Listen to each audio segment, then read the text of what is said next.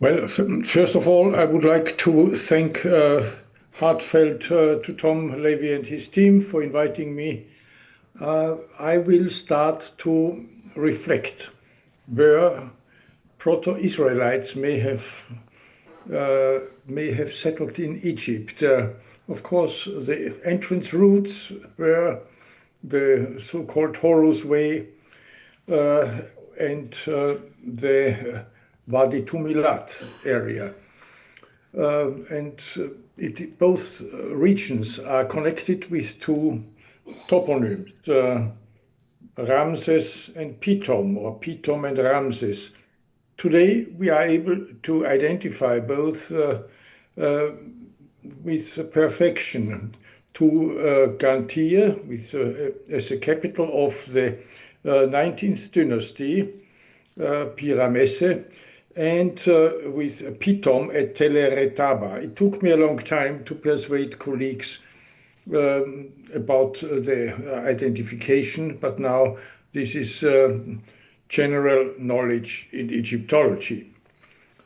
Well, we know from several passages in the Bible that the patriarch Jacob and his sons were settled in the land of Goshen. We will immediately talk about where is Goshen. I anticipate in the Wadi Tumilat, of course. There are quite a lot of passages which confirm this. But there is also another toponym connected with the settlement of the earliest Israelites according to the Bible, the region of Ramses. But Ramses is surely not a synonym for Goshen. Ramses should be connected with Pi-Ramesse, the delta residence of the Ramessites, the most important town with the name of Ramses. And it is very clear that it must be the capital or the residence of the Ramessites. Well, also Pitom and Ramses are mentioned independently in another Exodus passage.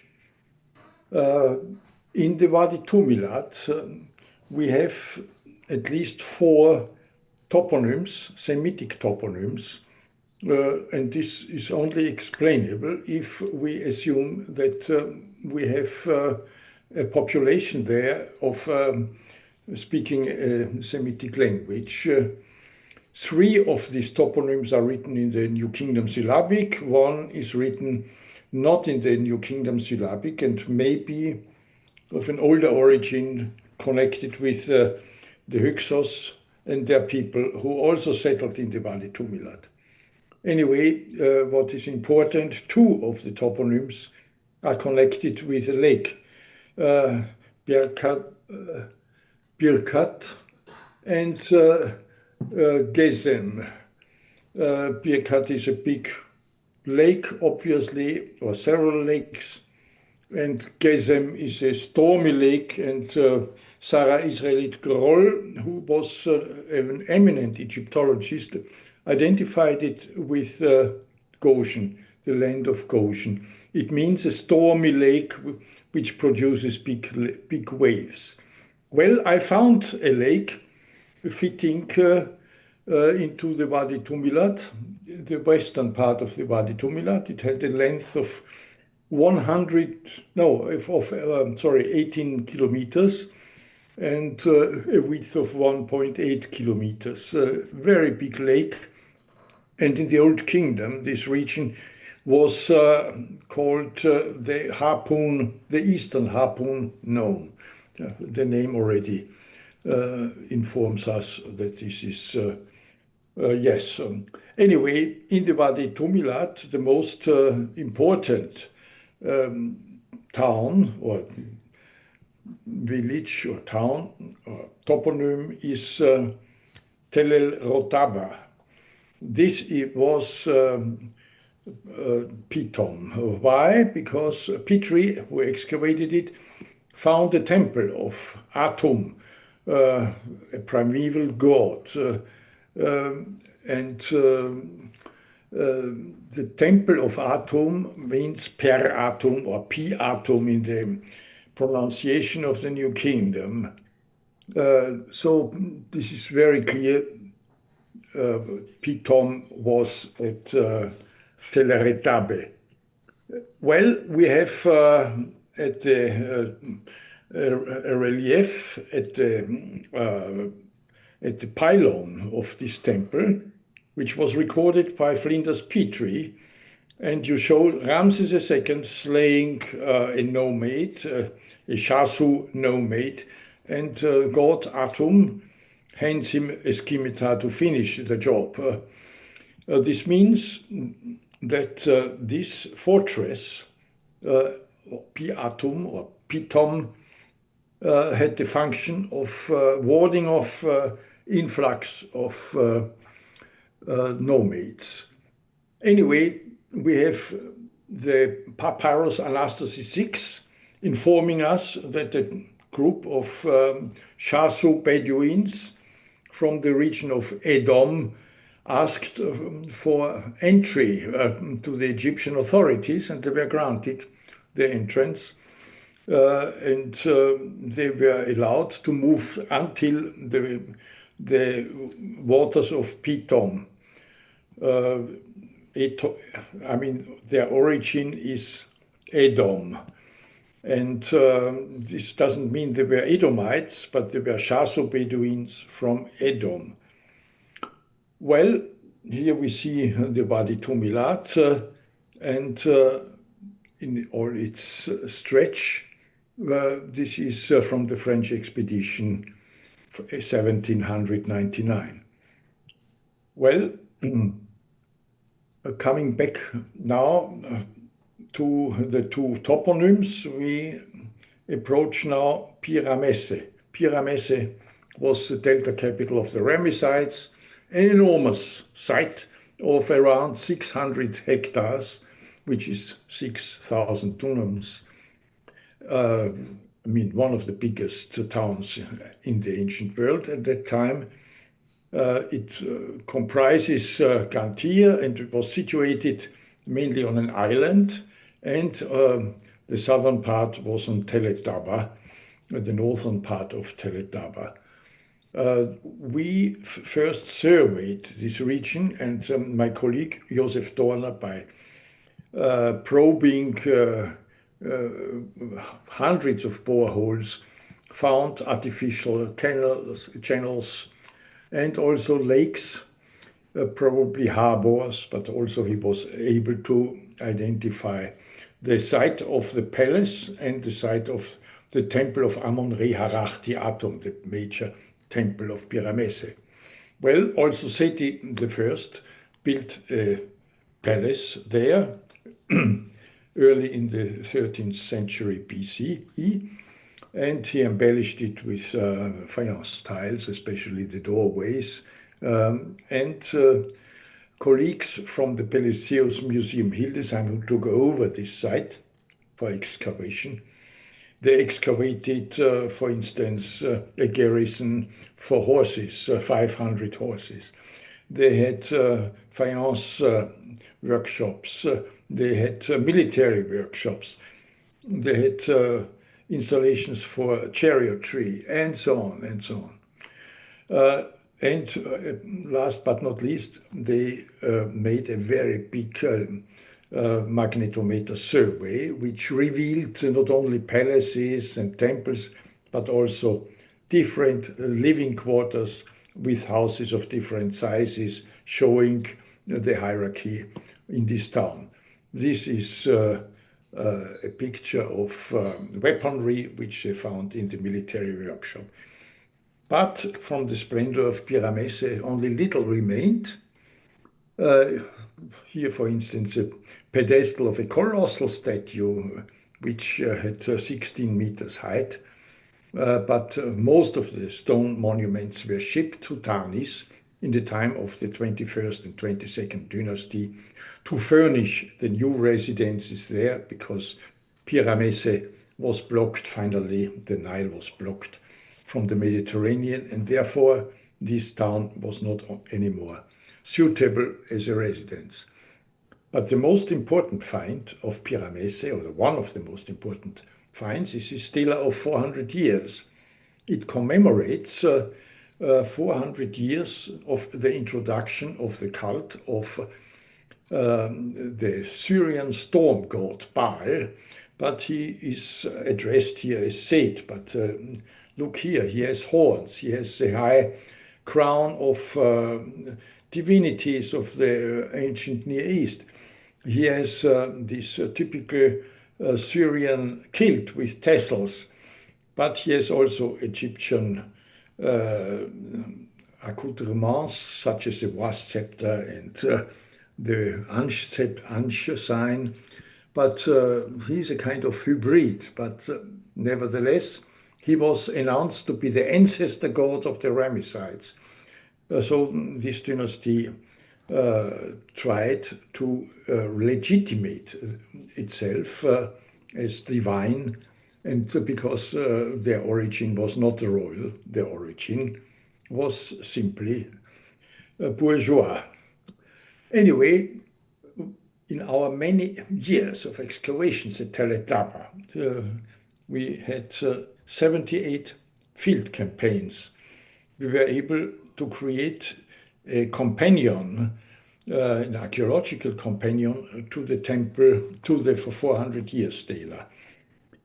We found a temple precinct, among other matters, a temple precinct with Near Eastern types of temple, like the biggest one is a broadroom temple, but we also have a bent axis temple, and we have also an Egyptian temple. And we were able to follow the stratigraphy of this temple compound from the time of the 14th dynasty, around 1700 BCE, until Ramesside times, so 400 years in archaeology.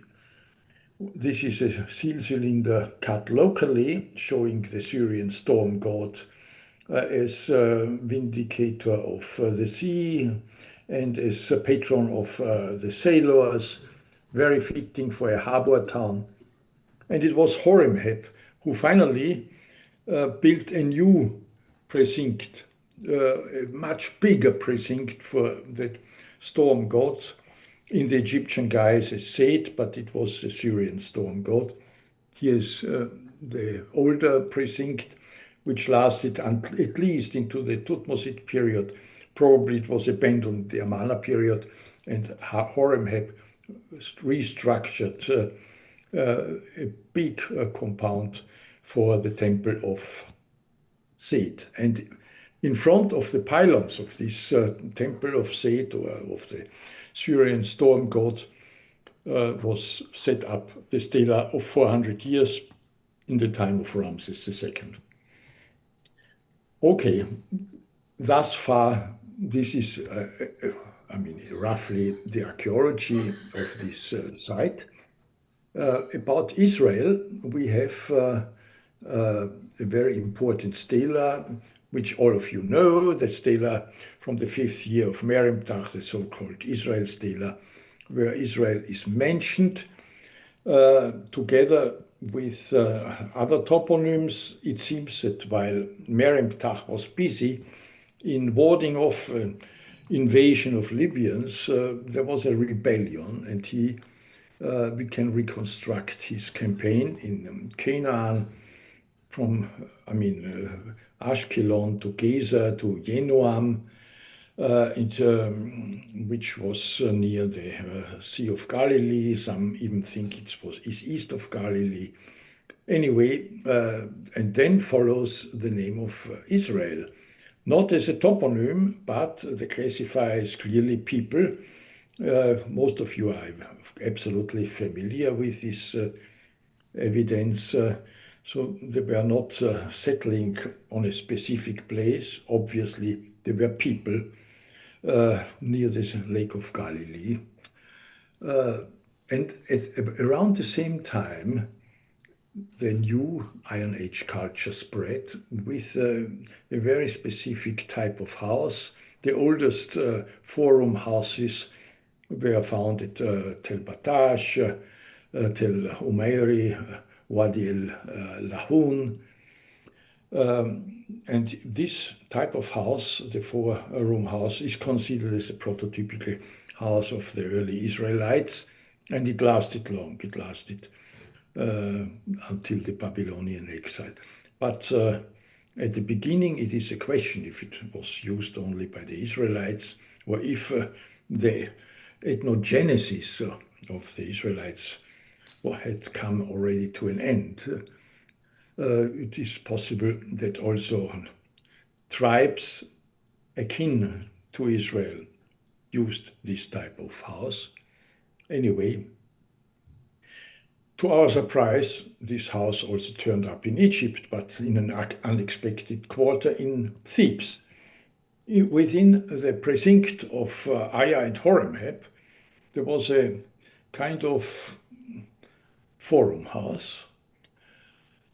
And I mean, the layout is very typical. There can be no doubt it is a forum house. And the question is, from where did these people come from?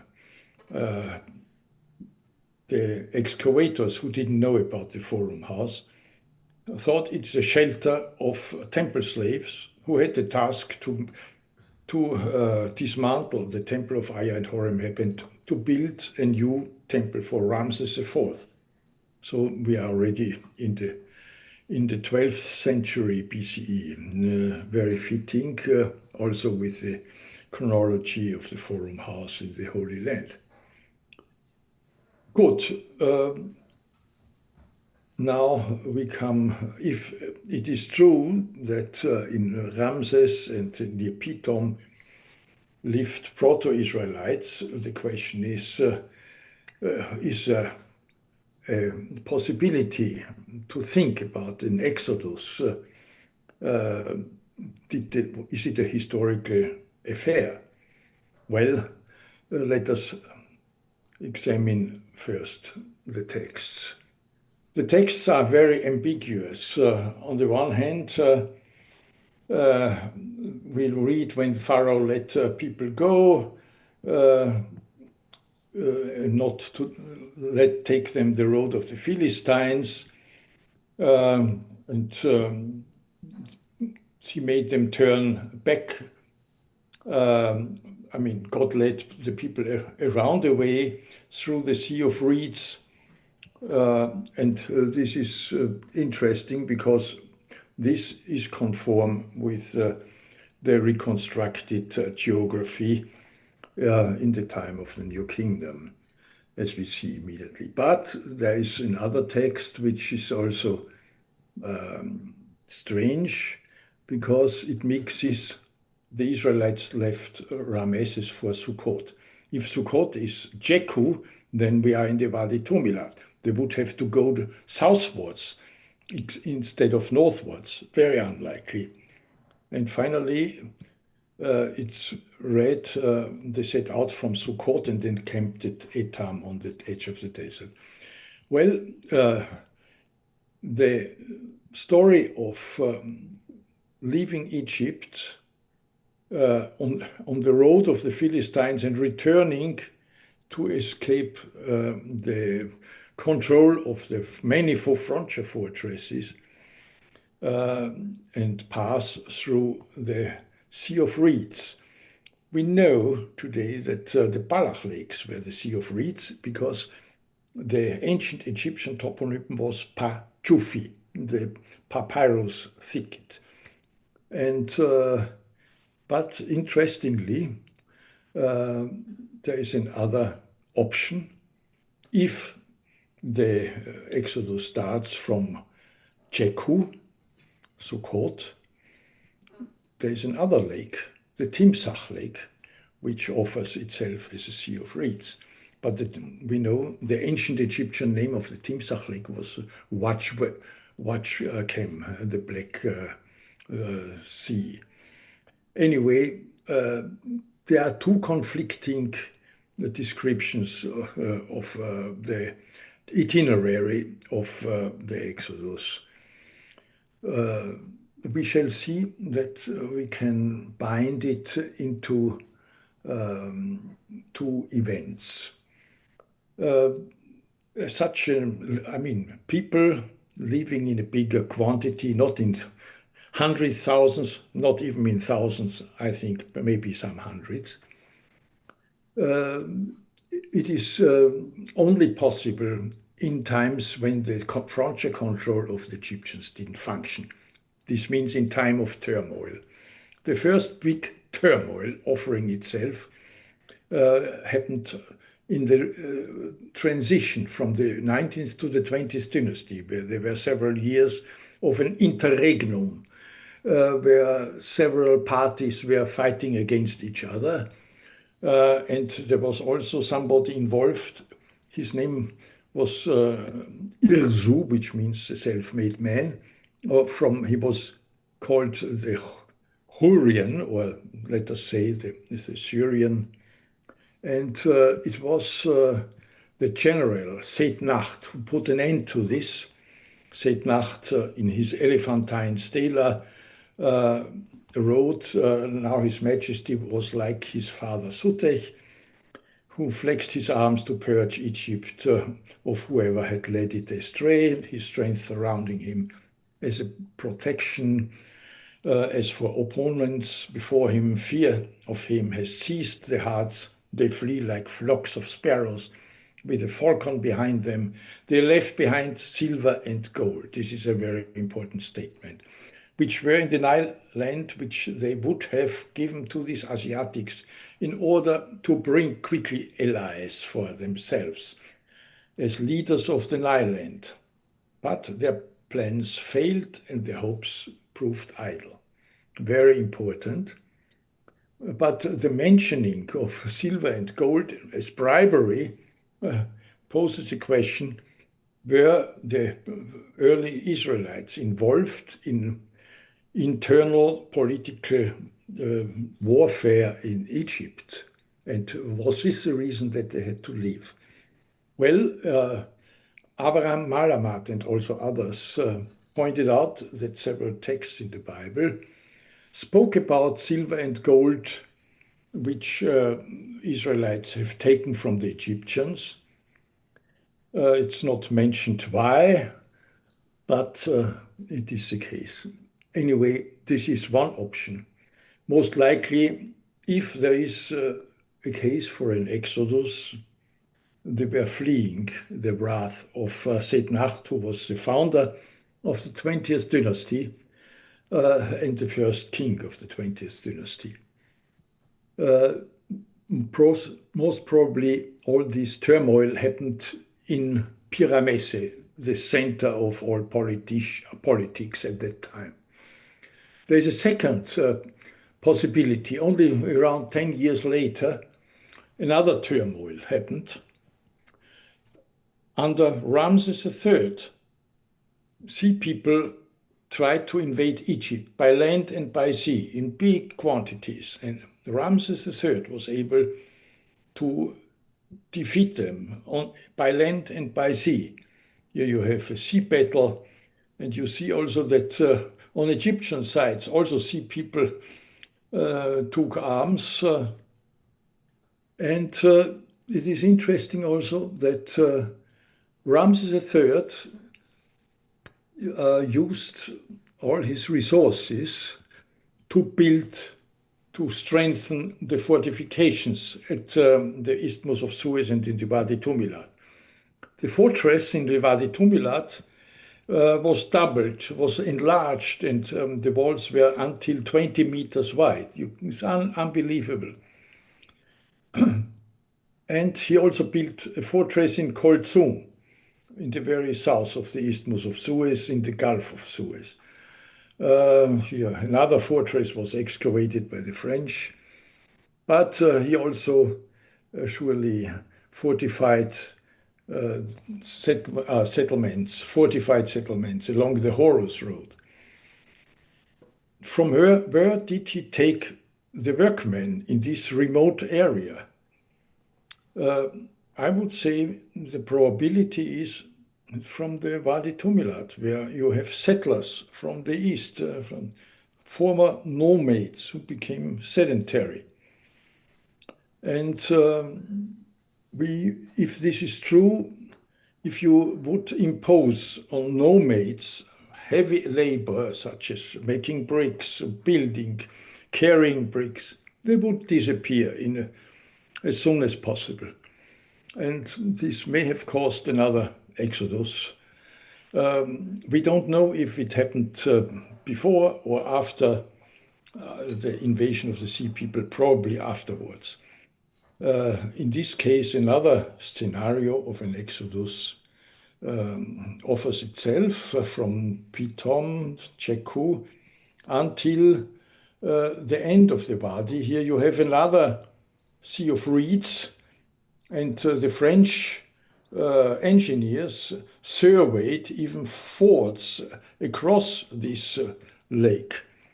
And I think it is possible that the memory of the walls of water originate from the walls of reed with paths across the reed. Thank you very much.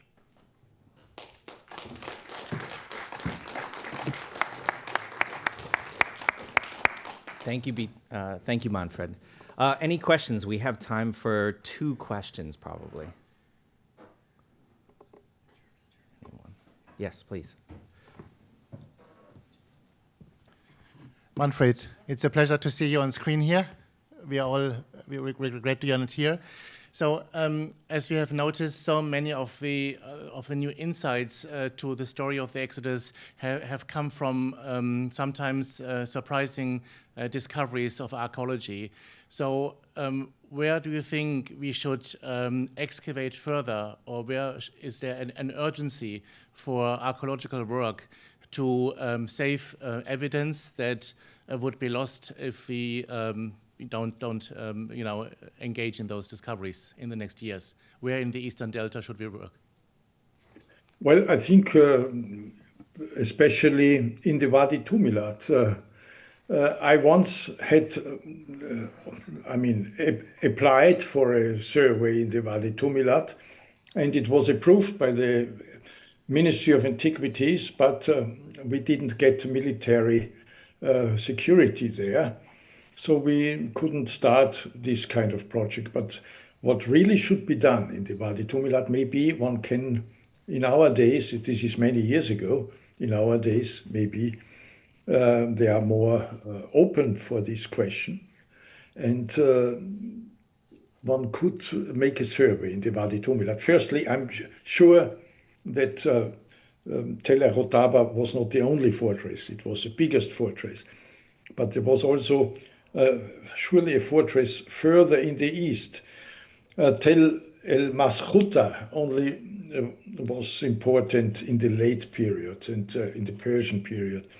And but one should find settlements, not only fortresses and so on, but ordinary open settlements in the Wadi Tumilat.